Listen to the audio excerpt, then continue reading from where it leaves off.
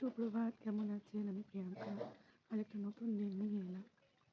আজকে আগের থেকে ঠান্ডাটা কম আছে, তো চারিদিকে কুয়াশা। আমার মায়ের এখানেও গাছগাছালি আছে, তবে আমার শ্বশুরবাড়ির মতো অত গাছ নেই। কিছু গাছ কেটেও দেওয়া হয়েছে। সকাল সকাল চা বসিয়ে দিয়েছি,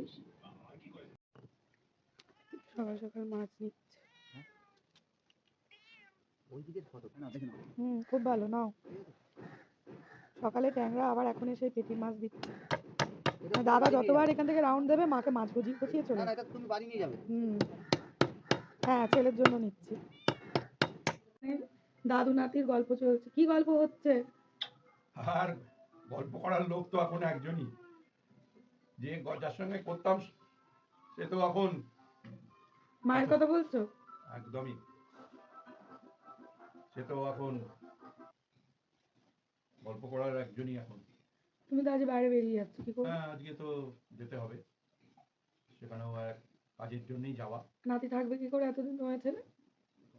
যদিও স্কুল আছে, স্কুল পড়া থাকতে পারবে না, আমারও তো একটা টার্ম থাকবে। তবু তো একটা দায়িত্ব, কাজের দায়িত্ব, সেটা তো আর অস্বীকার করা যায় না।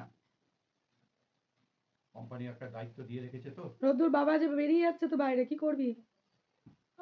বাবা ম্যানেজারকে বলবে একদম চুপ, আমি বাবার কাছে আজকে থেকে যাবো। আরে আরে বলবে না, থেকে যেতে হবে না, একদম চুপ, ছুরির মাথায় একদম পিঠে চামড়া পড়ে। ভুল ভাল বকছে। গুড মর্নিং বলে দাও সবাইকে। গুড মর্নিং বলো। এইভাবেই চলছে জীবন। জীবন তো আর থেমে থাকে না। জীবনের নাম আর এক নাম গতি। সেই গতির সঙ্গে স্লথ গতিতে এগোচ্ছি। আর কি করবে? দুরন্ত গতিতে তো এখন আর এগোতে পারি না, ওই স্লথ গতিতে এগোচ্ছি।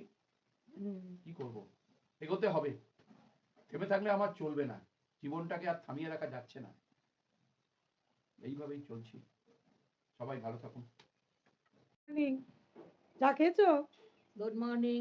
হ্যাঁ, চা খেয়েছি। তারপর ব্রেকফাস্ট বসিয়ে দিয়েছি। বাবার আবদার ডিম টোস্ট খাবে, বাবার জন্য ডিম টোস্ট করছি।